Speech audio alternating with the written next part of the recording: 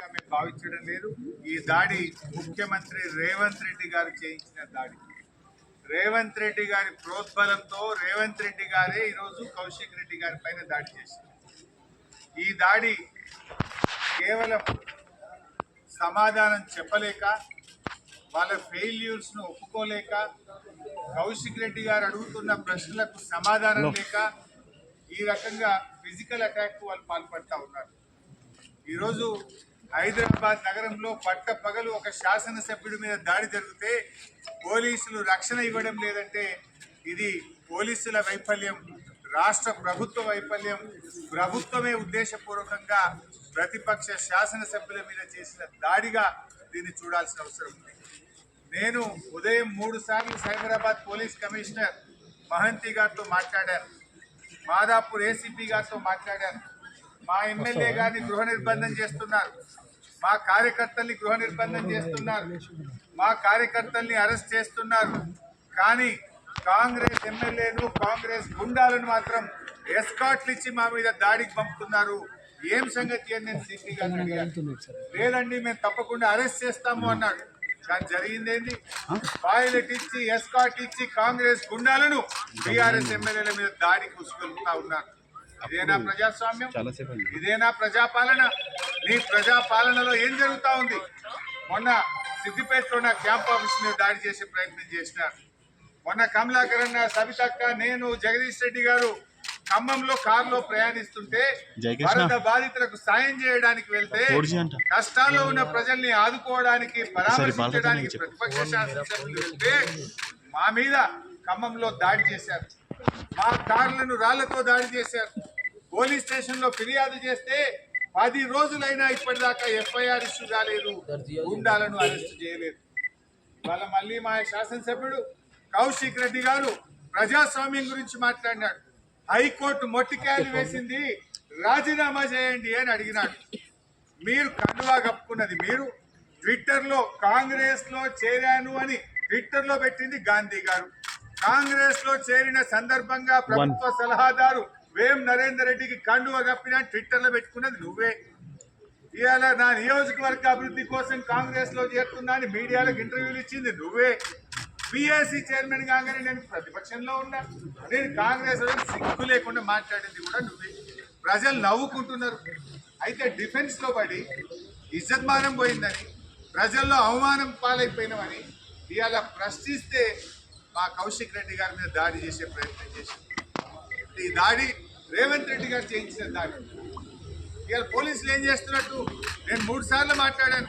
మా ఎమ్మెల్యే గారిని ఏమో హౌస్ అరెస్ట్ చేస్తారు, గాంధీ గారిని ఆయన ఇంట్లో హౌస్ అరెస్ట్ చేయడానికి అవకాశం లేకుండా ఆయన కూకట్పల్లి నుంచి ఇక్కడ దాకా వస్తుంటే ఏ రకంగా ఎస్కాట్ నుంచి తీసుకొచ్చిండు అంటే ఇది ప్రభుత్వ దాడి, ఇది రేవంత్ రెడ్డి చేయించినటువంటి దాడి. అందుకే మేము ఒకటే కొడతా ఉన్నాం, డీజీపీ గారిని, సైబరాబాద్ పోలీస్ కమిషనర్, దయచేసి మీకేమన్నా లా అండ్ ఆర్డర్ను కాపాడాలనుకుంటే తక్షణమే చట్టం మీద నమ్మకం ఉంటే, విశ్వాసం ఉంటే ఏసీపీని, సిఐని వెంటనే సస్పెండ్ చేయాలని బీఆర్ఎస్ పార్టీ డిమాండ్ చేస్తుంది. దీని మీద ఉన్నత స్థాయి విచారణ జరపాలని బీఆర్ఎస్ పార్టీ డిమాండ్ చేస్తుంది. లేకుంటే మేము వదిలిపెట్టాం, దీన్ని ఎంత దూరమైనా తీసుకుపోతాం. ఇక్కడ మాకేమీ మీ మీద ప్రతిదాడులు చేయలేక కాదు, కానీ పోరాడి తెలంగాణ తెచ్చుకున్నాం. ఎన్నో త్యాగాలతో తెచ్చుకున్న తెలంగాణ. 10 ఏళ్ల కేసీఆర్ పాలనలో కంటికి రెప్పలాగా ఈ హైదరాబాద్ను కాపాడుకున్నాడు కేసీఆర్. హైదరాబాద్ బ్రాండ్ ఇమేజ్ పెంచిండు కేసీఆర్. ప్రపంచ పటంలో హైదరాబాద్ను ఒక పెట్టుబడులకు స్వర్గధామంగా హైదరాబాద్ను తీర్చిదిద్దిండు కేసీఆర్. ఎవరైనా హైదరాబాద్కు పోవాలన్నంత గొప్పగా 10 ఏళ్లు కేసీఆర్ గారు ఈ తెలంగాణను, హైదరాబాద్ను నిద్ర లేకుండా రాత్రింబవళ్ళు కష్టపడి ఈ హైదరాబాద్ యొక్క ప్రతిష్ట పెంచినాం, గౌరవం పెంచినాం, హైదరాబాద్కు పెట్టుబడులు తెచ్చినాం. నీ పాలనలో ఏం జరిగిందో సవితక్క మొన్న అసెంబ్లీలో చెప్పింది. నీ 9 నెలల పాలనలో ఇవాళ ఈ రాష్ట్రంలో 1800 అత్యాచారాలు జరిగినాయి, 2600 మర్డర్లు జరిగినాయి, పెట్టుబడులు తరలిపోతా ఉన్నాయి. హైదరాబాద్ లో ఈ నగరానికి ఏమైంది అని పతాక శీర్షికన పత్రికల్లో వార్తలు వస్తా ఉన్నాయి. ఒక్కొక్క రోజు హైదరాబాద్ లో 4 మర్డర్లు అవుతున్నాయి, పట్టపగలు అత్యాచారాలు అవుతున్నాయి. ఈ హైదరాబాద్ లో పట్టపగలు ఎమ్మెల్యే మీదనే దాడి చేస్తే ప్రజలకు ఏం మెసేజ్ పోతుంది? ఒక ఎమ్మెల్యేకే రక్షణ లేకపోతే ఇంకెవడన్నా వచ్చి హైదరాబాద్ లో పెట్టుబడులు పెట్టరా? అందుకే ఈ రాష్ట్రం నుంచి వచ్చిన కంపెనీలు వాపస్ వెళ్ళిపోతా ఉన్నాయి, పెట్టుబడులు రాకుండా పోతున్నాయి, హైదరాబాద్ ప్రతిష్ట దెబ్బతింటా ఉంది, మసకబారుతా ఉంది, హైదరాబాద్ లో గౌరవం, హైదరాబాద్ లో ప్రజలకు రక్షణ లేకుండా పోతా ఉంది. ఇలా ఆలోచించండి. ఇలా రియల్ ఎస్టేట్ వ్యాపారం మొత్తం బంద్ అయిపోయింది హైదరాబాద్ లో, కొత్తగా కంపెనీలు రావడం లేదు, ఉన్న కంపెనీలు వాపస్ పోతున్న పరిస్థితి ఉంది. ఇలా ఇది పూర్తిగా ప్రభుత్వం యొక్క వైఫల్యం, ఇది రేవంత్ రెడ్డి వైఫల్యం. రేవంత్ రెడ్డి గారు మీరు ఏం చేయదలుచుకున్నారు? ఈ రాష్ట్రాన్ని 9 నెలల్లో 9 కమ్యూనల్ ఇన్సిడెంట్స్ అయినాయి. ఈ రాష్ట్రంలో 9 కమ్యూనల్ ఇన్సిడెంట్స్ అయినాయి. 9 ఏళ్ల కేసీఆర్ పాలనలో ఒక్క రోజు కూడా జరగలేదు. చాలా జాగ్రత్తగా కాపాడుకున్నాం ఈ రాష్ట్రాన్ని. మేము దాడి చేయలేకనా? ఈ రాష్ట్రం, ఈ ప్రజలు మాకు బాధ్యత ఉన్నారు. ఎంతో కష్టపడి తెచ్చుకున్న తెలంగాణని మేము చాలా బాధ్యతాయుతంగా ఆలోచిస్తున్నాం. కానీ నువ్వు చేస్తున్నది ఏంది? ఈ రాష్ట్రం యొక్క ప్రతిష్టను మంట కలిపే విధంగా చేస్తా ఉన్నాం. అందుకే మేము డిమాండ్ చేస్తున్నాం, సిపి గారు, డీజీపీ గారు చట్టాన్ని కాపాడండి. మీరేం ప్రభుత్వాలు శాశ్వతం కాదు.